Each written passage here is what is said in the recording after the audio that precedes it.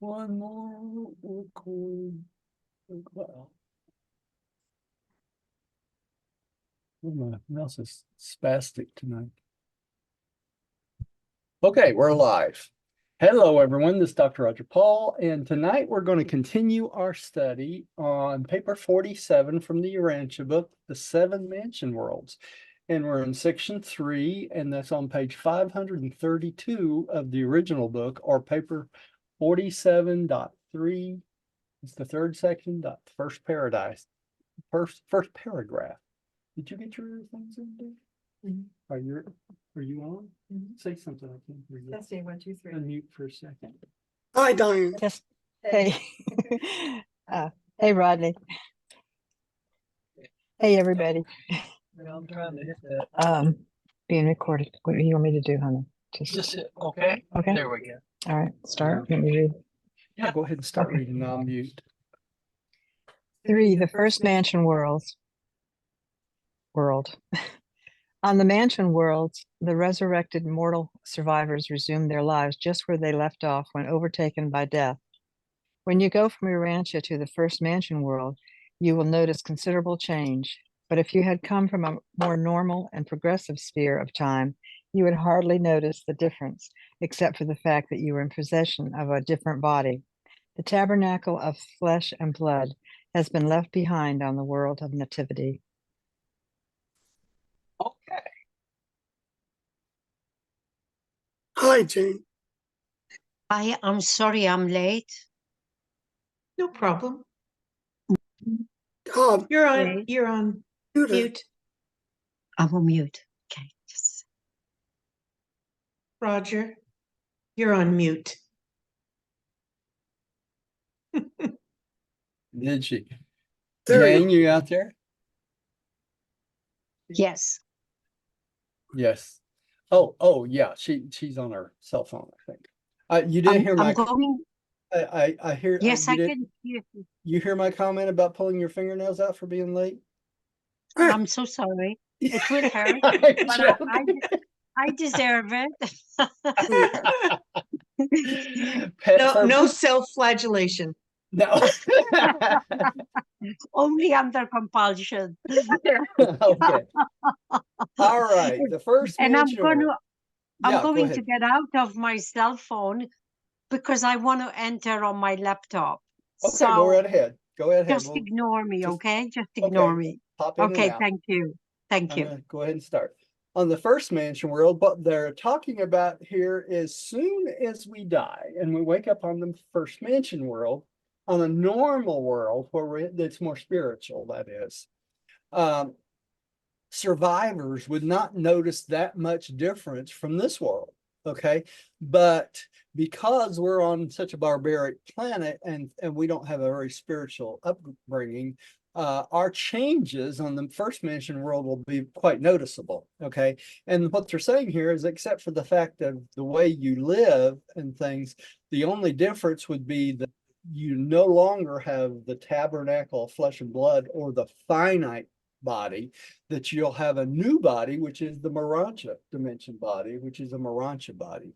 Okay. Other than that, you wouldn't notice all that much difference. So it talks of like your life continues on the mansion world, much like it's going on right here. So it makes me wonder if me and Diane's going to have to take care of all these cats again. Yeah. They don't wake up in a cat habitat. They don't go into detail. No. Symptoms, and yeah. it makes me wonder, what exactly are they talking about? Yeah. So if it's much like this life, maybe they're talking more about our interaction with other people, and our lives, that sort of way, because we know we're going to be busy little bees, and when we get to the mansion, we're learning all the new stuff that we're going to have to learn, the stuff we didn't learn in this world. So it's not like we're going to be, if you're sitting around watching, game shows on TV all day, you're not going to be doing that when you get to the mansion world. So. Well, I sort of think that what it means is that there's commerce there as well. Yeah. You're going to need to go find out where the local store is. Yeah. Do things just like we do here. Right? Or Urantia makeup Yeah. or Mhm. whatever. Yeah. Well, I Or hope your they clothes. have. I hope they have good signs because I have no sense of direction. I mean, obvious. Well, remember, we're going to have guardian angels that we can see, so I'm sure they're going to help us, guide us around and stuff. So at least that's the way we hope it is. I'm sure they're not just going to leave us out in the cold. Let me move this one slide here. But it makes you wonder if we'll have clothes. Which I always wondered about Jesus when he appeared here on earth. Was Well, he? well, remember, well, he was clothed in something, right? Well, he must have been because the Yeah. two guys from was it Emirates? Yeah, that He didn't worked with, recognize him. Yeah, yeah, they didn't. they just thought he was another person. Yeah.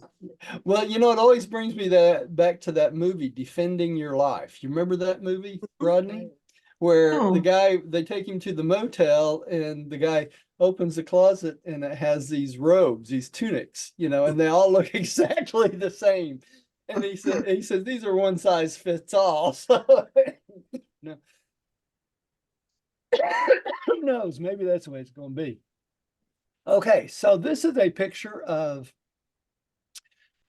Jerusalem and the first mansion, the finality world and the first mansion worlds. And you notice on this picture, you see that pretty good there? Okay.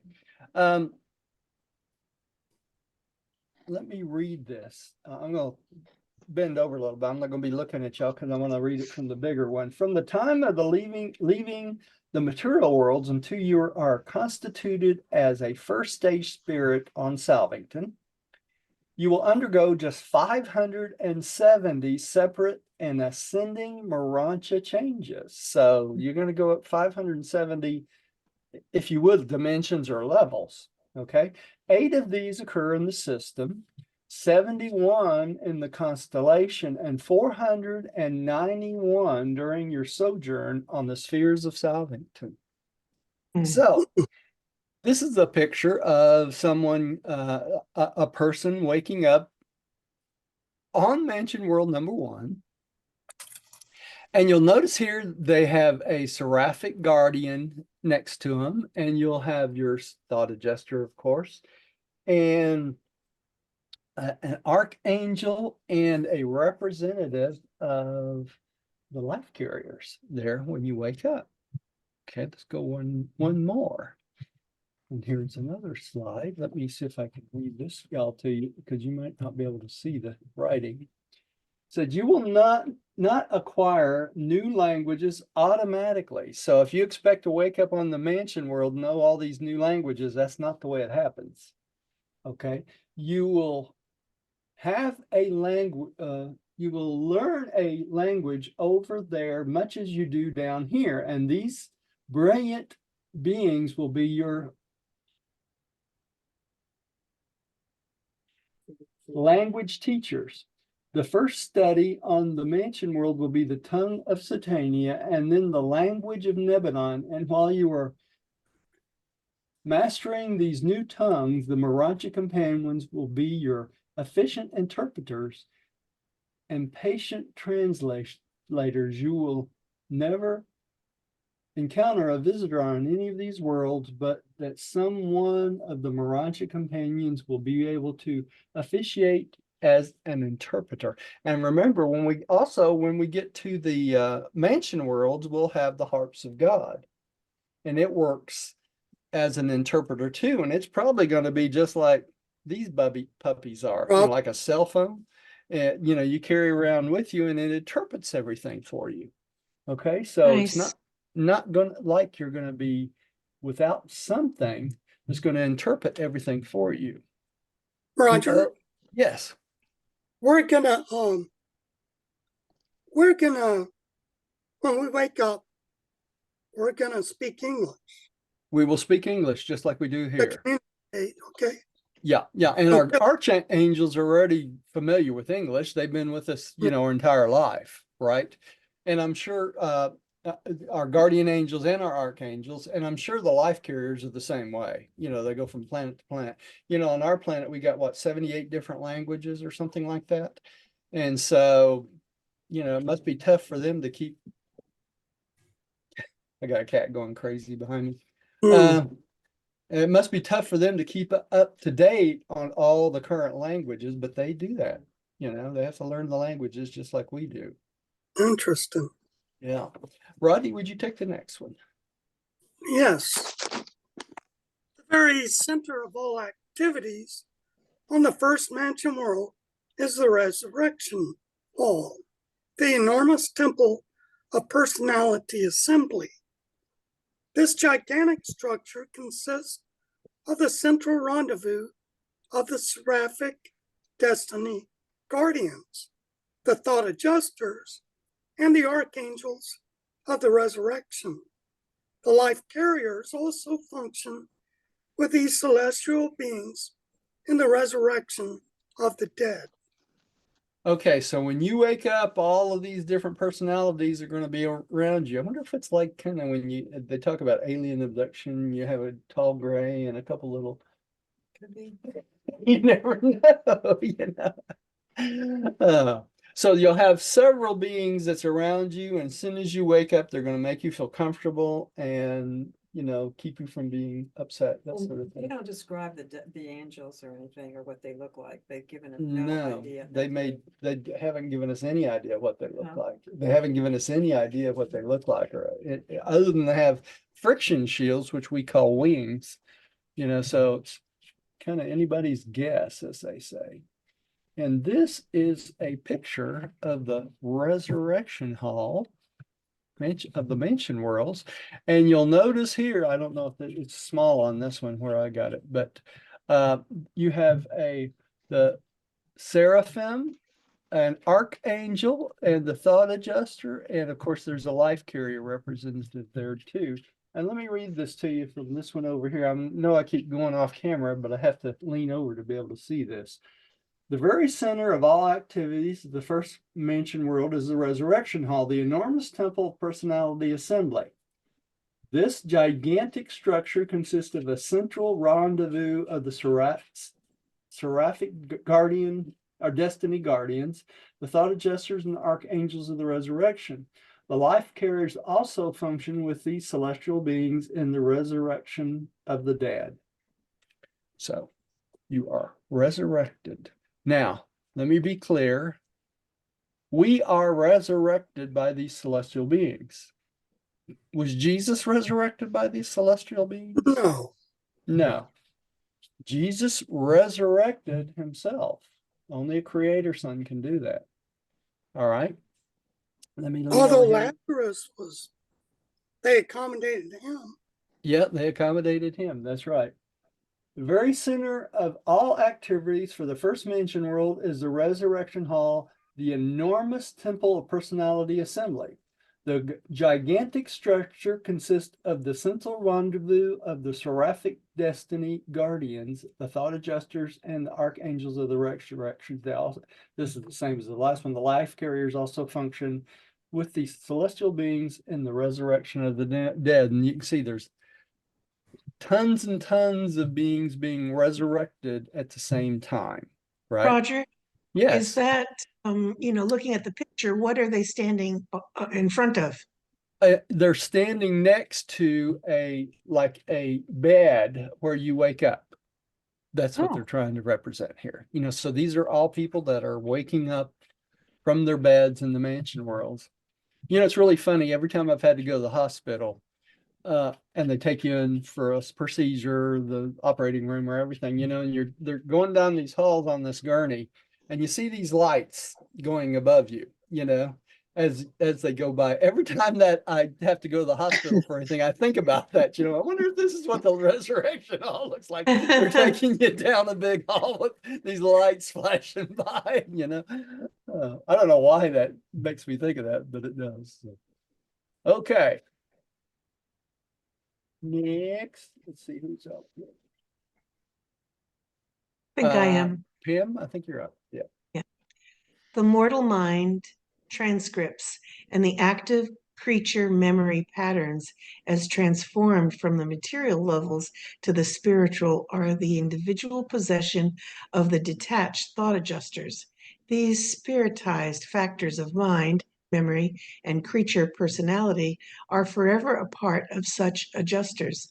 The creature mind matrix and the passive potentials of identity are present in the Morancha soul, entrusted to the keeping of the seraphic destiny guardians. And it is the reuniting of the Morancha soul trust of the seraphim and the spirit mind trust of the adjuster that reassembles creature personality and constitutes resurrection of a sleeping survivor. You think this paragraph's important? Yes. I think so. Does it? Because this explains to us what happens, right? The mind, the spiritized factors. You remember when we were talking last week about the adjuster spiritizing your life, making a spiritual transcript of your life? This is what it's talking about. And these spiritized factors of mind, memory, and your creature personality go with the adjuster when the adjuster leaves when you die. Okay. The actual creature mind matrix and the potentials of that identity and the growing Morancha soul is taken by whom? The seraphim. Seraphim. Yeah. So it's the archangel's responsibility that when you're awakened on the mansion world, these two parts are put back together, and it's the archangel's responsibility because he has a copy of this potential in his possession to make sure you are who you're supposed to be when you wake up. Okay? I wonder if they ever make mistakes. I don't know. But it's funny that they have to have that, isn't it? I mean, you think about it, it's kind of funny that they have to have this backup plan. You see what I'm saying? And why is that? It's because the seraphim can rebel like they did on this planet, right? Mhm. So all those beings that were on this planet during the rebellion and their seraphim rebelled, then it was the archangel's responsibility that those people who died were who they were when they woke up on the mansion world. So that's pretty important. Yeah, Jane. This question is very silly, but I'm thinking it, so I'm going to ask it. Okay. Let's say a seraphim has a very miserable human being. Yes. And that happens a lot, I'm sure, right? Could a seraphim have an attitude? Is I'm gonna Mhm. abscond. This is horrible person. I'm gonna lose their record. I don't think I don't think that's possible because the seraphim are more like the local universe mother spirits, a loving spirit and always forgiving. So they make Oh, allowances for your stupidity, you that's know? good of them Yeah. So no matter how rotten you are, it's still their responsibility to transport your soul so that to you do wake their up. job. Yeah. They do their job. Yeah. But boy, wouldn't that be awful for the seraphim? I mean, you think about it. It would be horrible that they would have to put up with that. But I kind of would think stuff. that they would have, be affected by their presence. Yeah, you would think so, wouldn't you? Mm. Am I missing something here? Did I not go to these? Maybe I did. Messing up backwards. Okay, here we go. Now I'm back on track. 47.3. Yep, that's it. Okay, so Jane, would you take this one? If a transitory personality of mortal origin should never be thus reassembled, the spirit element of the non-surviving mortal creature would forever continue as an integral part of the individual experiential endowment of the one-time indwelling adjuster. Now, why would this be so important? Because if this individual chooses not to survive all the experience the adjuster got out of that life, they take with it. And what happens with that experience? It goes to the spiritual experience of the next person. Okay. And of course, the Supreme Being. The They supreme didn't being. That's right. put that in here. Gets a copy of it. Yeah, Pam. You're muted, dear.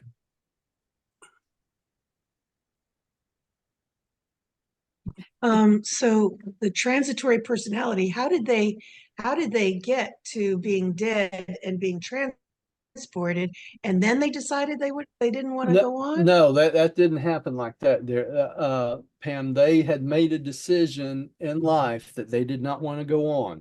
Okay, so they didn't survive. Either that or they were found non-salvageable. In other words, the universe, the authorities decided this person's so evil they have nothing good about them, so they didn't survive. So, but any spiritual record of that person of anything good goes with the adjuster, basically. Roger, Nothing is lost. Yeah. I think I asked the same as Pamela. It almost sounds like that soul is still taken forward, but then it's judged. But No, it's, no, the it, soul is carried by the guardian angel. And so the guardian angel has to justify the life of that individual to the local universe authorities or the ancients of days or both. And the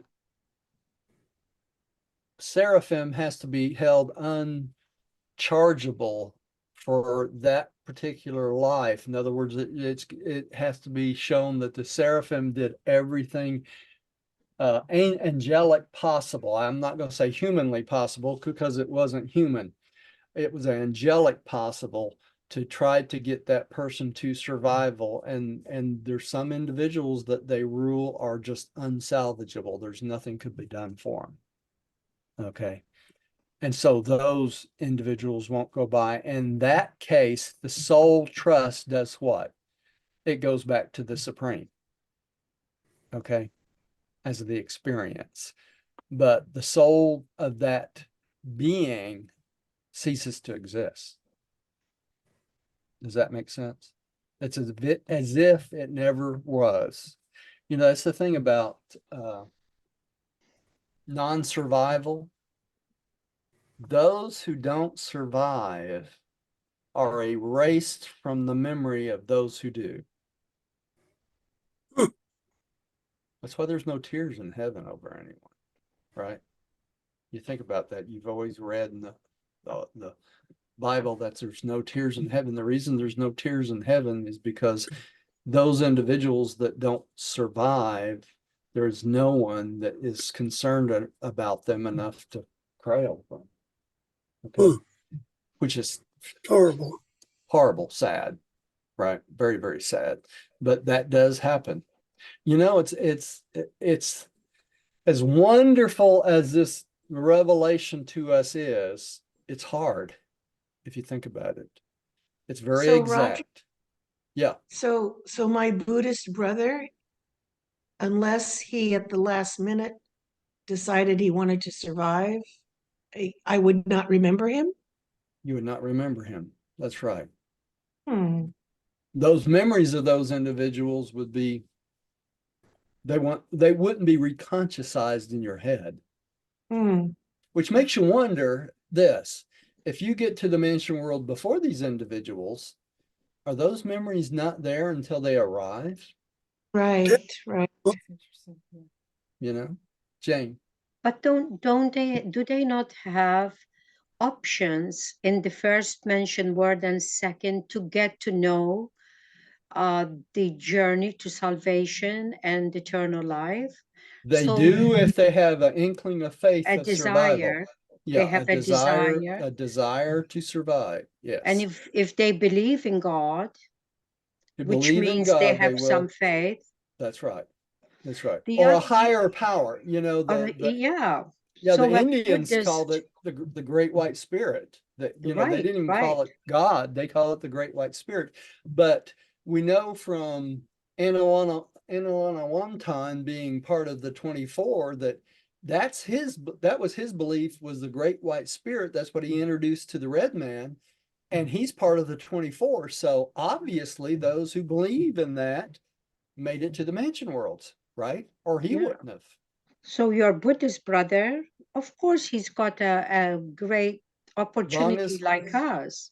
as long as he believes in survival of some And type. yeah, and Yeah. the other thing I have, then if they don't have anything salvageable, that's a very important phrase that you Right. used, right? Yes. Yes. So if we know people, let's say, who have been had a difficult life or their life and didn't really make a good go of it according to our interpretation of a good go, Right. but we love them and they are loved, Yes. wouldn't that be something salvageable in them? It probably would be, Jane, but they don't, that's why I just said the comment, the Urantia book is hard. Yeah. It is, it is hard in the fact that it's very specific what salvation is. It's very specific that, yeah, you can choose not to survive. It's very specific that if you embrace iniquity, that which makes you who you are will be removed, Mhm, right? mhm, So it's very specific when it says mhm. the wages of sin is what? Death. Death. And That's it right. is, yes. It doesn't say the Except, wages of sin is a slap on the wrist, does it? right. But It's, God is patient but and God is patient and very merciful. forgiving. Yes, merciful. And it's kind of funny because I say it's hard in the fact that it's very straightforward of what it says. When we're talking about a revelation, when we say that this is a revelation from God, it's from celestial beings. It's not the Bible. It's not men giving their opinion about spirituality. That's what the Bible is. Okay. It's the opinion of men. And the best we had until the Urantia book came along. Now, these people that get online on YouTube and all these other places and say, well, the Urantia book was plagiarized and this, it wasn't plagiarized. They took the best concepts of human beings and tried to explain it to us in those terms so we would understand it, but Mhm. you got these great brains out there that think that they have PhDs they probably purchased from Walmart, but that's my opinion of some of these people. But the revelation of the Urantia book is very straightforward. It makes no bones about it that when it tells you something that this is the way it is. And that's what I believe is the way it is. So when it says, if you choose not to survive, I believe that's the case. Okay. Me too. I, I'm no great brilliant scholar by theologian or anything like that. I know people think I am, but I'm not. I'm just telling you what the book says. Okay. And my opinion of what the book says, and I can be wrong. I'm wrong all the time. I was wrong yesterday. I'll be wrong tomorrow, probably. That's just being human. But the book is straightforward. If you read it, you can understand it. If you get somebody to help you, you can definitely understand it. It's just taking the time to do it. So I look at it this way. What's the most important thing in my life every day besides my family? The Is Urantia book. the Urantia book. That's right. It is. Not my cats, not paying my bills, not any of these other things. The only thing that's important of my life is my wife and the Urantia book. Okay. And it's not in that order. And my wife doesn't probably want to hear this, but Mm. my relationship with God comes first, and then my relationship with her comes second. Right. Likewise. And likewise with my wife. And she just said so. Right. Why is it that way? It's the way it is supposed to be. Because in order for you to have a relationship with anybody in the world, you have to understand the relationship with your maker, which is God, right? You can't understand your relationship with anything, your brother, your sister, your mother's father, your next door neighbor, or anybody else without understanding your relationship to God. That's the most important thing for you to learn in this life. What's the meaning of life? Doing God's will. It's just that simple, right? Everything else is second. Okay. I preach for tonight. Okay, let's go on to the next one. So, I got my slides over here all messed up. And I can't get this one to move now. So you can't read that here. We're gonna have to go from this one that's in there. Okay. All right, let's see. Dear, you're up again, I believe.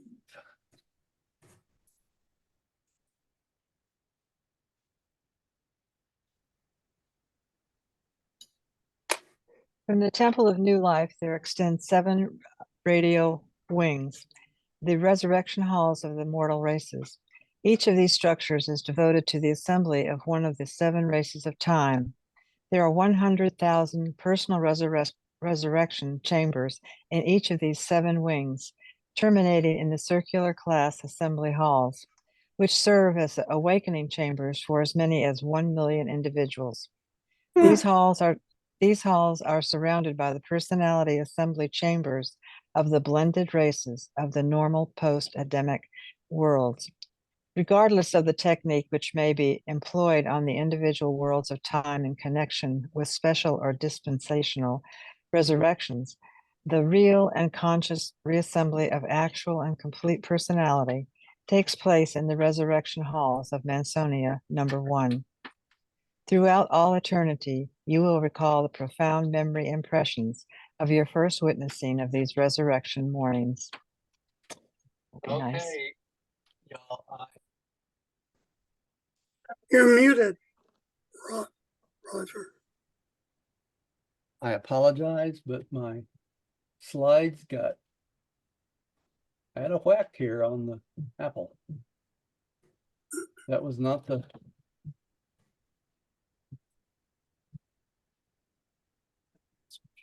No, that was not the right one. That's what I'm saying, dear. That was not the next slide.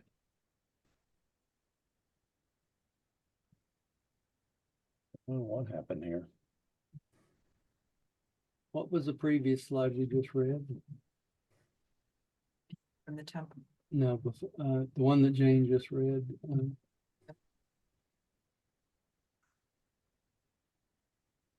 Wasn't that one? Y'all bear with me a second.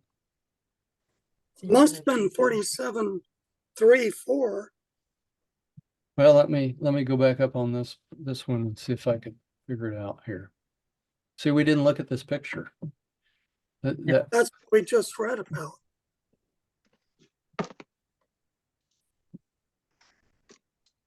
That's the one I read. That's the one you just read, right? Yeah. So the next one should have been this 7 Yeah. radial wings, right? Yep. Yeah, that's where we messed up. Let's see, this computer went out to lunch.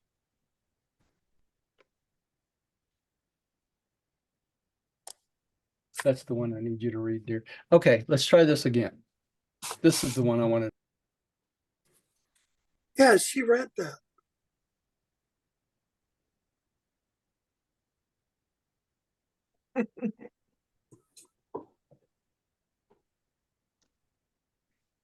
You're muted again. I said, I'm losing my mind every now and then. It happens, you know. I'm trying to use 3 different mice here because one of my mice just went out to lunch. It's got a question mark on number 7.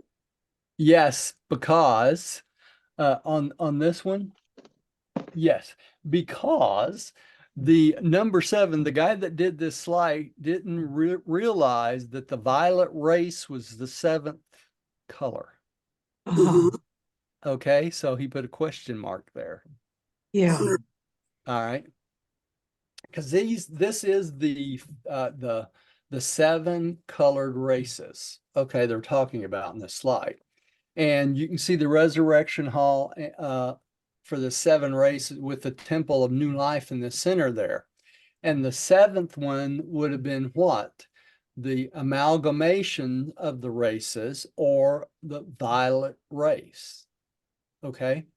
Now, the interesting part about this, when we read the book, we know that the orange race disappeared. It was amalgamated in the other races. From The our yellow planet. race is still there. The green race disappeared. It amalgamated, and so did the blue race. Okay, and there's a good well, we've covered this in a previous video, but there's a good video of the guy out in Colorado that just did a thing on the 7 races. It was pretty good. I watched the whole thing the other day. So it tells you the amalgamation and who moved, who joined with who wiped out who. But the blue race, the green race, and the orange race are gone, right? They become From our planet. from our planet. All right. So now, interesting enough, these different colors are pretty standard on almost all the planets, the different colors. Okay. So on other mansion worlds, other systems, I'm sure they have something very similar. Okay. So we know that the indigo race is a combination of the amalgamation of the brown race and the blue race. The white race was part of the amalgamation of the blue race and parts of the orange and the yellow race. So it's interesting how all these races come about. You know, people think that the white race is the dominant race. It's not. You know, there's been a lot of other races out there that's been a lot more dominant than the white race. We only hear about the white race because we live in the United States, right? Where we live. If you're in China, the dominant race is what? Yellow. The Yellow. yellow race. That's right. You know, the same way with the islands in Japan and places like that. So it depends on where you came. The red race was what? The American Indians and South America. Okay. And they're still around. Both variations of the red race that's mixed. And really one of the original races, the Eskimos, are still out there too, right? So this gives you a general idea of how they set up the mansion world to receive these races, to make each race feel comfortable when they awaken in the mansion worlds. Okay, so you will be around people of like kind, right? Roger. So Roger, I think, didn't we read that on post-Adamic worlds? It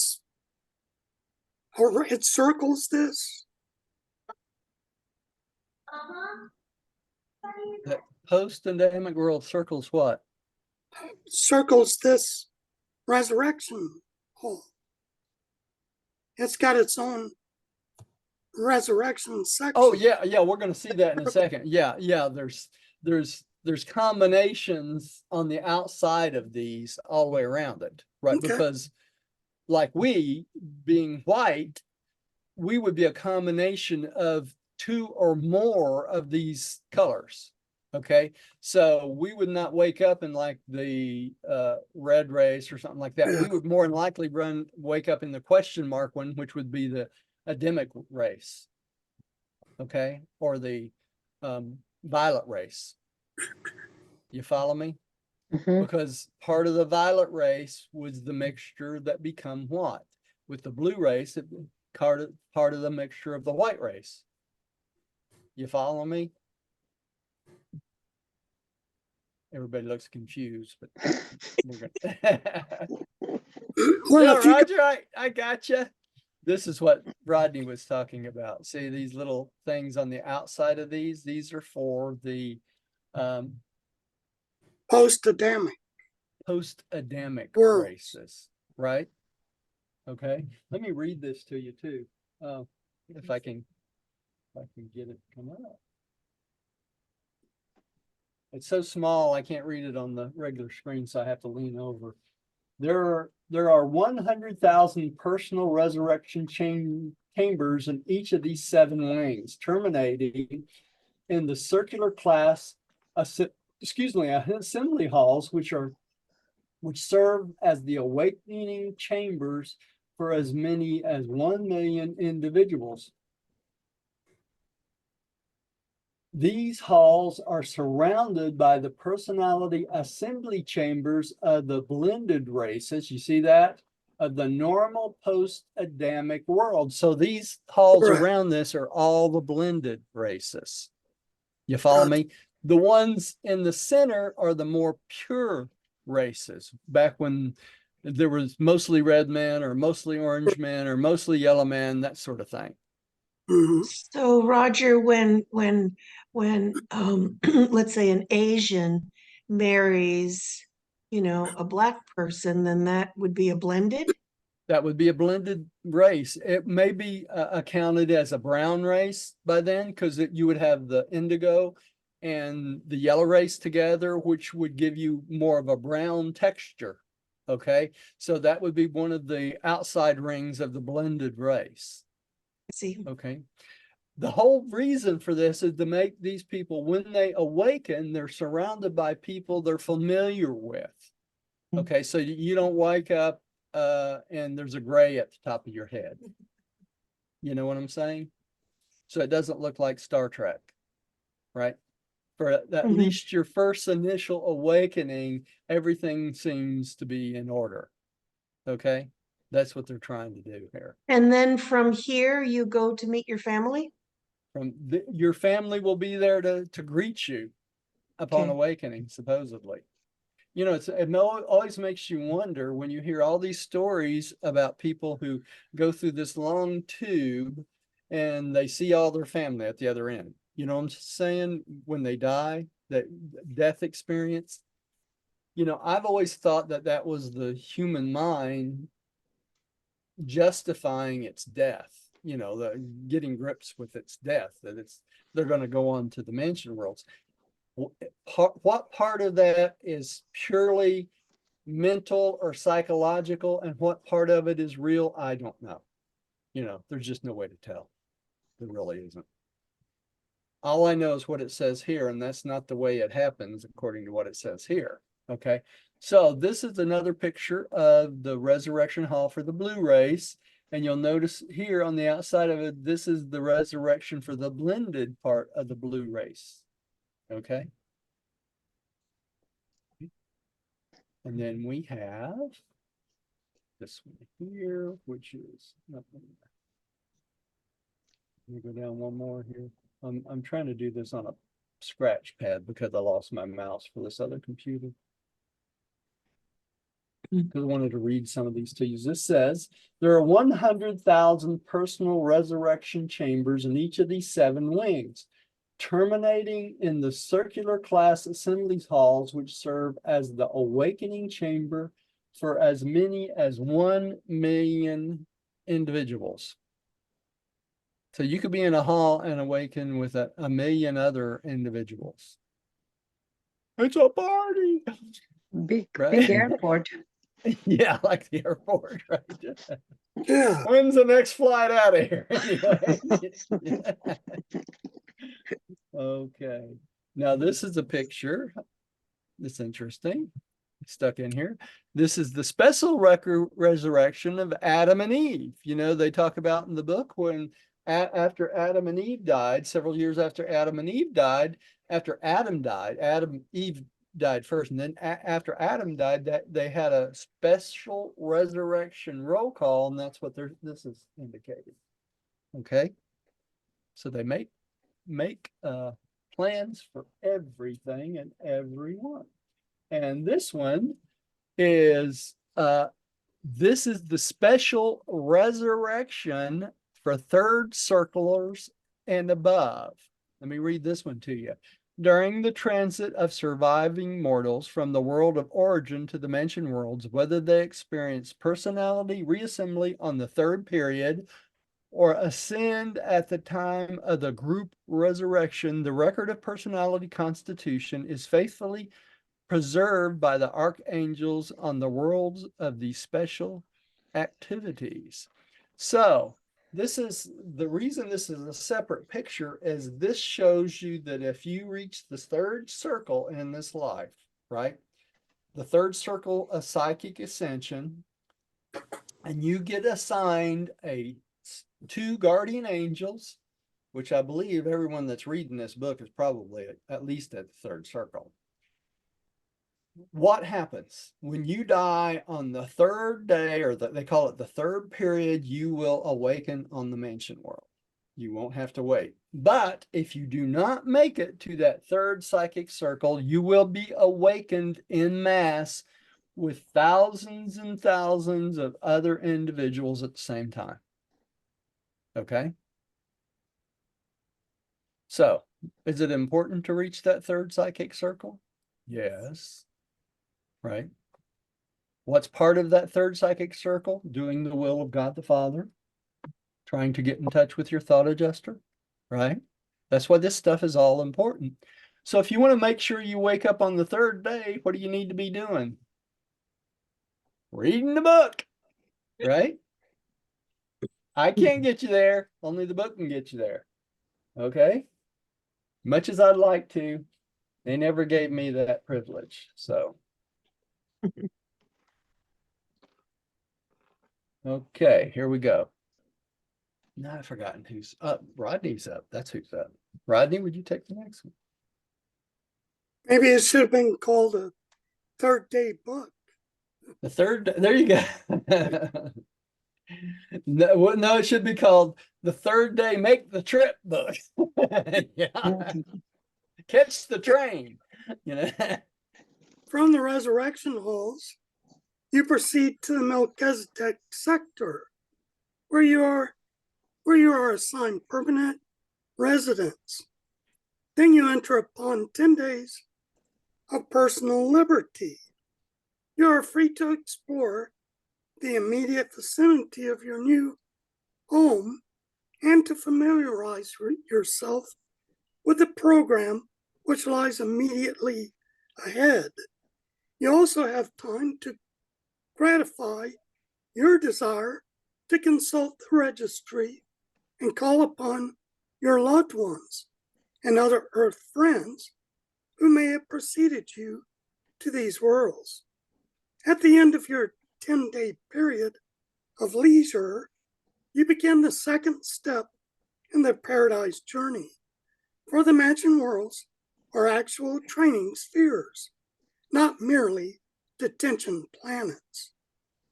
So that statement right there, not merely detention planets, tells us that they don't let you leave until you're ready to leave. So after 10 days, they determine whether you should stay on the first mansion world or go on to the second mansion world. And after 10 days there, to determine whether you should stay on that one or go on to the third mansion world. So you will stop on the world that you've been assigned to by your spiritual abilities, right? And what you spiritually learned. Okay. So if you don't want to be stuck on the dummy world, which I should say, get your act in order on this planet, right? Start learning about spiritual things. Start learning from this book so that you're ready to go on, so that you may not be stuck on that first mansion world like I will, raising kids. Okay. So that's just part of the plan. All right. They may assign me to a different world, but I still have to go back to the first world to raise children. Okay, so notice here it says we have the opportunity to consult the registry. This registry tells us who's coming in and who's going out. Okay, so that your family will know before you get there that you're going to die and you're going to be there soon. All right. It also will tell you who's already there. So if someone's gotten there before you and you wake up and they don't come to see you when you wake up, you can go visit with them. Just consult the registry. It tells you where they're at. Okay. It sounds like they will have a 3-day advanced notice. Yes, probably so. Probably as soon as you die, it flashes in the registry. This person's going to arrive on such and such a time on such and such a date. You know. What's that old saying? Your time is written in the stars and there's nothing you can do to change it. Right. So God knows what they know when you're coming and you can't change it regardless of who you think you are or whether you think you've got a great surgeon that's going to bring you back to life. Right. All right, here we go. Pam, I think you're up next. Okay. On Mansion World number 1, or another in case of advanced status, you will resume your intellectual training and spiritual development at the exact level whereon they were interrupted by death. Between the time of planetary death, or translation and resurrection on the Mansion World, mortal man gains absolutely nothing aside from experiencing the fact of survival. You begin over there, right where you leave off down here.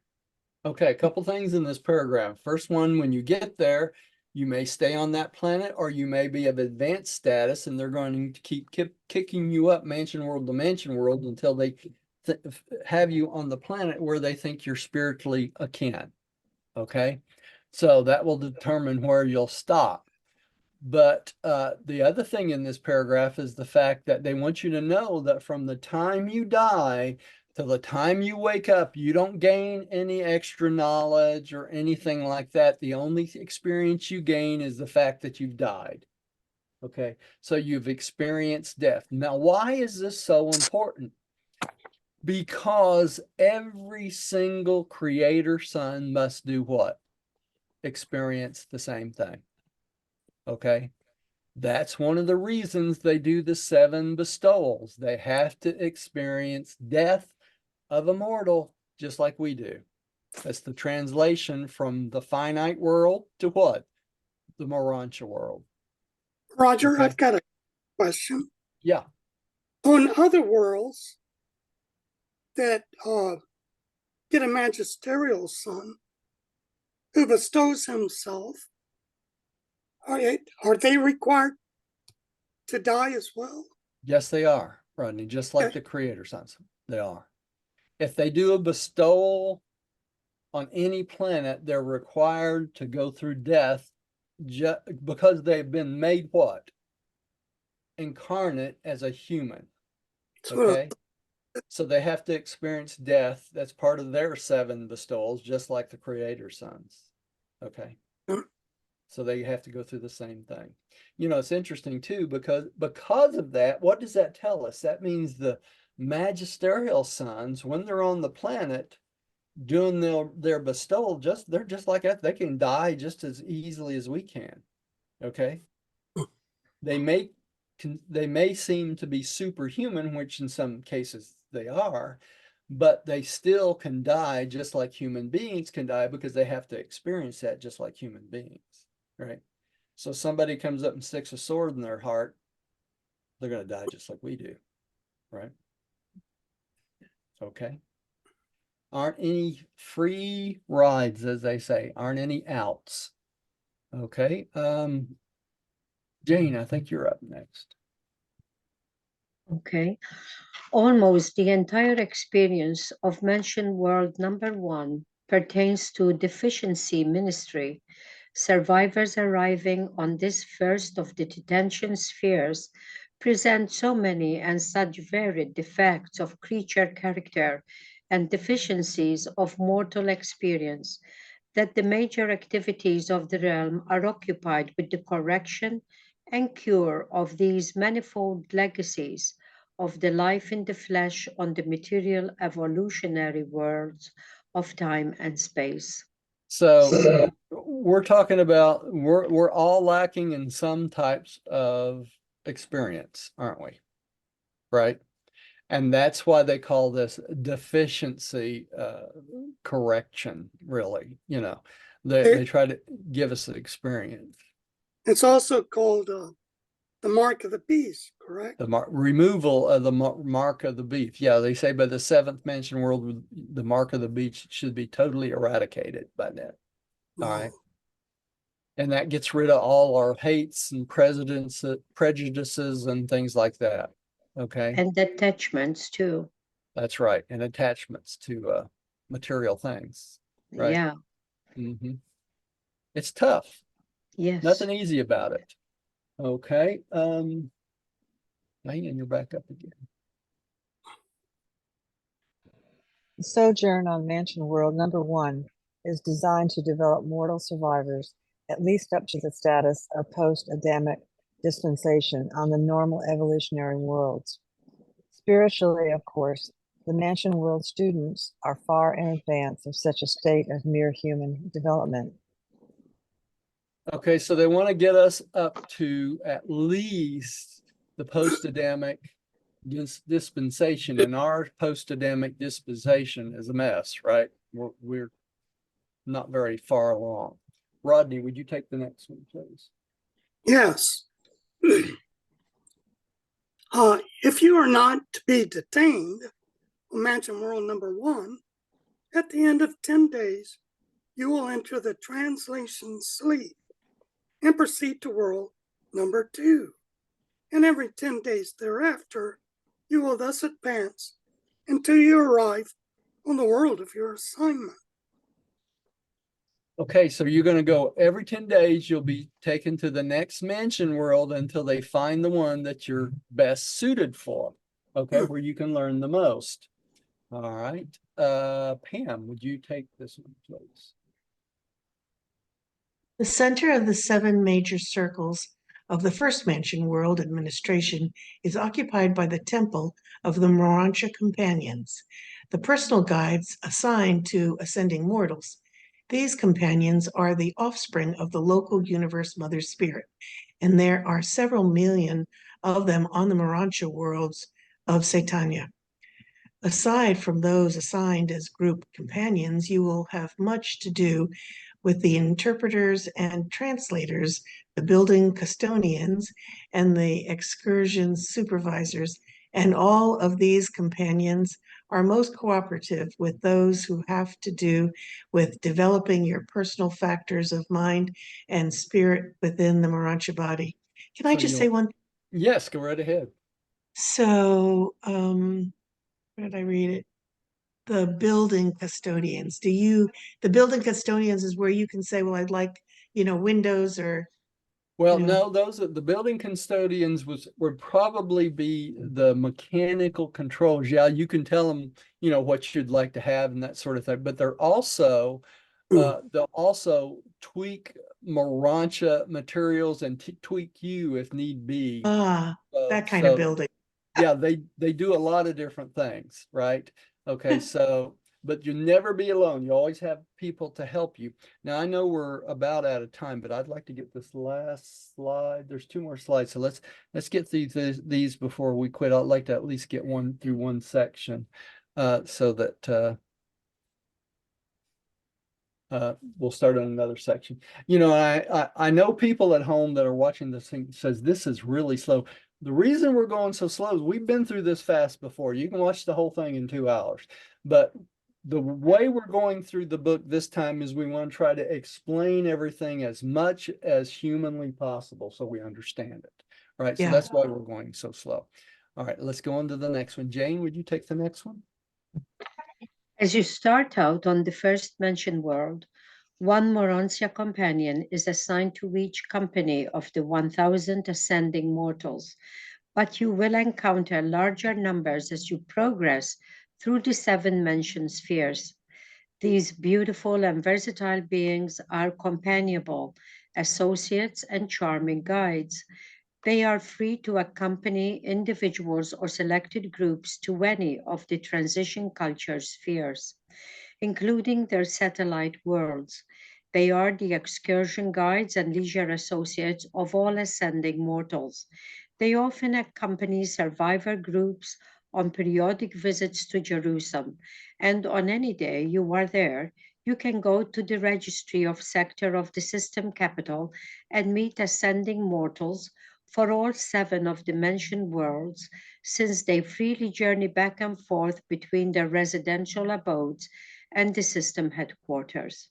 So you can go visit people all the way to Jerusalem and all 7 of the spheres, including all the satellites, once you get permission for that particular sphere. Okay.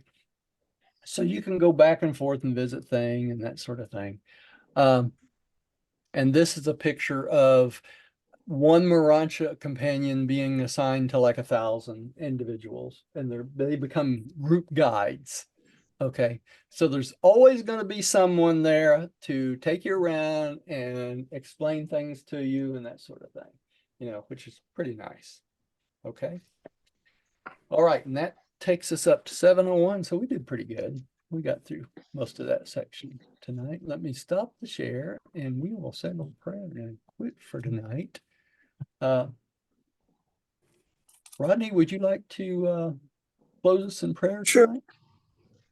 Heavenly Father, we're very thankful again for an opportunity to meet, to study this wonderful revelation. And we're very excited about these papers concerning the next world we will be. And we thank you, Father, for Roger's ability to further explain these things to us. And we ask, Father, for your will to be done in our lives. In the name of Jesus and Michael of Nebaton, amen. Amen. Amen. Amen. And thank you all at home for joining us. Please come see us again. Let me stop the Facebook first. Stop the recording. Stop this recording down here. Oh, my mouse just left me here.